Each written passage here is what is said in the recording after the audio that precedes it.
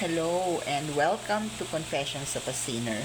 Medyo matagal din akong hindi naggawa ng ganitong video and nag-post sa aking YouTube channel about Confessions of a Sinner. Pero medyo maganda kasi yung message today. It's about yung sa Bible na nabasa ko. No? It's about testing. Being tested, kumbaga, by life.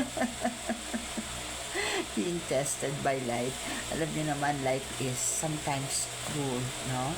Although we always have to be thankful and grateful na buhay tayo, pinahiram tayo ng buhay ni Lord, at saka we have to be grateful for everything that we have kasi everything is a blessing, di ba? Kaya lang sometimes we go through difficulties. Like ako, just recently, alam niyo naman yung pinagdaanan ng family ko, di ba? Nagkasakit ako, in and out of the hospital ako for 2 years, and talagang ubusan ng pera dahil ang mahal magkasakit, mahal ang gamot, mahal ang doktor, mahal ang hospital, everything is difficult. Plus, syempre yung gastos mo habang naka-confine ka, gastos mo, pagkain ng bantay mo, plus yung gastos pa sa bahay. So, talagang my daughter was really burned out. Na-burned out siya talaga, at talagang ang hirap. And everyone pala around me thought na I won't make it. Talagang lahat sila, sabi nga ng anak ko, it's a miracle that I survived that and that I'm in this state right now. Although, hirap pa rin akong lumakad and may butas pa rin yung tiyan ko. Pero, may lumalabas pa rin abscess, diba? Pero still, salamat sa Diyos kasi anong lumabas ako ng hospital, talagang hindi ako nakakatayo. I cannot even stand up. Ganun yung state ko. Talagang yung legs ko walang power. Pero now, nakakatayo na ako, nakakalakad na ako ng a few steps, diba? Nakakalakad na ako ng at least 5 minutes a day. And that alone is a blessing, diba? That alone is a blessing. Talagang, although marami pa rin akong nararamdaman, pero I am grateful na I'm still here and I'm still fighting, diba? And recently nga, dahil wala naman akong ginagawa, hindi naman ako nasa ospital, nandito lang ako sa bahay. So, naghahanap ako ng work kasi para naman may pera ako. May pera akong sarili ko bukod din sa binibigay sa akin ng anak ko, 'di ba? Kasi yung travel agency ko napabayaan ko na, so ang hirap ibangon ulit, especially now na uso na ang DIY travel and it's more cost effective, 'di ba? Mas cost effective ang DIY travel compared sa dadaan ka pa sa travel agency. Pwede ka na mag-book ng airlines online, 'di ba? Ang tours pwede mo nang kunin sa Klook, yung mga ganon na it's really cost effective, especially kung matapang ka naman at hindi ka naman takot na mag-travel ng magtanong sa mga tao doon kung saan ka man pupunta, di ba? So, yun, para sa akin, mas convenient na talaga, and not just convenient, pero yun nga, mas cost effective talaga ang DIY travel, especially kung even in other countries, no? Kasi everyone naman in the world, almost everyone naman is accommodating and helpful. Ayun. So, talagang wala na yung travel agency ko. I don't think I can bring it back pa, no? So, naghanap ako ng work, yung mga work from home, ganyan. Since dati naman ako sa BPO, sabi ko, basta work from home, at saka ayoko na sana ng voice account. Kung sakali mang babalik ako from zero, then hindi ako pwede mag-managerial post kasi I have to be on site to manage a company, di ba? And hindi ko kaya kasi nga naka-wheelchair pa rin naman ako. So, ayoko. Gusto ko sa bahay lang ako. And gusto ko nga sana part-time lang, kahit 4 hours a day lang. Yung ganun ba?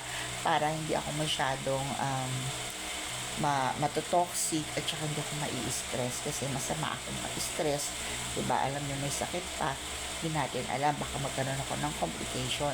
So, naghahanap naman ako and I applied, I sent my application to some companies and I received naman feedbacks and may mga tumawag to conduct an interview. And nandun ako sa stage na, in one company, nandun ako sa stage wherein I have to do the assessment online, you know. The problem is I cannot do it using my phone. I have to use a laptop. So, syempre gagamitin ko yung laptop ng anak ko kasi yung laptop ko, wala na, natsugi na. So, hinarap ko yung laptop ng anak ko. And I don't know, pero nag-lock, kasi ano siya MacBook. Nag-lock, kasi hindi niya ma-open, hindi ko ma-open. So, hindi ko nagawa yung assessment. So, I was thinking of other ways, sabi ko, and then I was praying for it. Sabi ko, Lord, bahala ka na.